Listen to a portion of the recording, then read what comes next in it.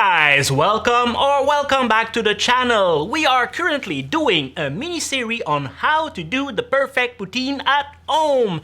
And this week we will be talking about making the perfect fries. So enough talking and let's cook those. Alright, so today we will make three kinds of fries for our poutine. Let's start with regular French fries.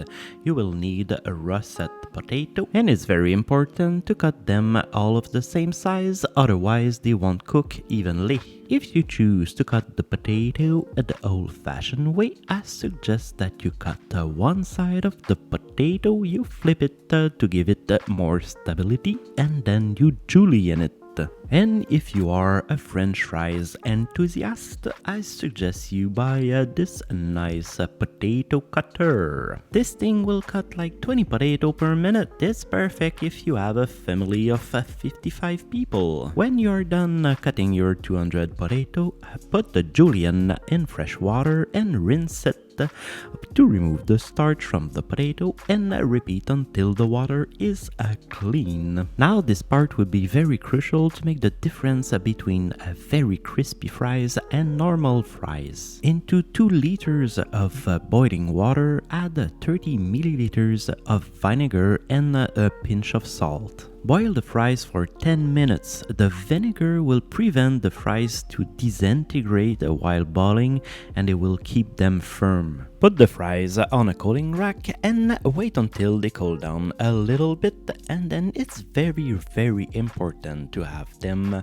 all dried out, because you know what water and hot oil do? You don't want that to happen in your kitchen. Here we are doing a double fry, but remember those fries are already cooked from the boiling. So we want to fry them for about 1 to 2 minutes. We don't want to put any color on them. Then put them on a cooling rack again. And in the freezer they go for at least 1 hour. Get the oil from 375 to 400. Now it's time for the second batch, and you want to fry them until it's nice golden brown. Now you know how to make incredibly crispy French fries. For the second type of fries we are doing today, we will use a sweet potato. Some people prefer to leave the skin on the potato, but in my opinion, it's too rustic to make a nice poutine.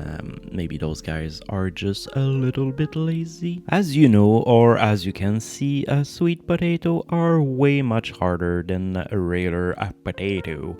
It might be a good idea to cut them in half or quarter if you pass them into that nice potato cutter. Again, cut all of those potatoes in julienne. You will end up with smaller pieces. I will discard them because they won't cook evenly like the rest of them, and save them for later to make a nice sweet potato potage. Again, with the same technique, put 30 milliliters of vinegar into 2 liters of water and boil them for about 10 minutes. Don't forget to put a pinch of salt into that water. Dry the julienne and put olive oil in a pan. Make sure to coat every single julienne with olive oil. Put them in the oven at 400 Fahrenheit for 30 minutes. When they get out, salt immediately. Now it's time to make the third kind of fries for our poutine. It's a way more elaborated recipe, but you will be rewarded at the end. Again, peel very clean 8 russet potato, and with a mandolin cut them very thinly into a bowl with fresh water in it. And of course, be very careful with a mandolin at home. Use a safe glove or the guard that came with the mandolin. Rinse the potato to remove the starch from them, and with a dry cloth remove the excess water. Put 2 tablespoons of kosher salt into the potato and 1 cup of melted butter. It looks like a lot of butter, but yeah, it is a lot of butter. If you are looking for healthy recipe, well, this is not the right channel. Hey, we are doing a mini series about the perfect poutine. What do you guys expect? Try to find the most square or rectangle container you can find in your kitchen. Spray oil in it so the parchment paper will all adjust perfectly into it. Now take your buttery potato slice and layer them on top of each other into your rectangle container. When you are done layering those buttery potato slice on top of each other, take the hanging parchment paper and cover it. Into the oven they go at 350 for 1 hour and a half.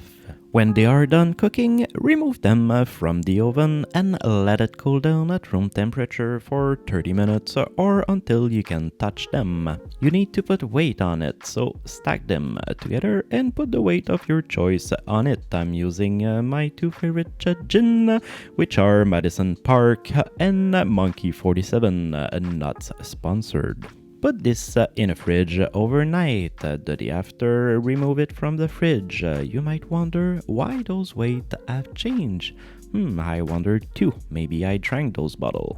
Remove the potato brick from the container and we want to make it extra clean, so cut all of the edge. Cut the potato brick the same weight than the height so we can end up with perfect rectangular shape. Remember, those potatoes are already cooked. We won't need to do a double fry, so put your oil at 375 degrees and fry them until you get that nice golden brown color. Put them on a cooling rack so the excess oil can drip off the fries. Repeat for the second batch and heavily salt when you're done. It's ready to serve and it's beautiful. Alright guys, so now you know how to make French fries, sweet potato fries, and this more elaborated potato fries.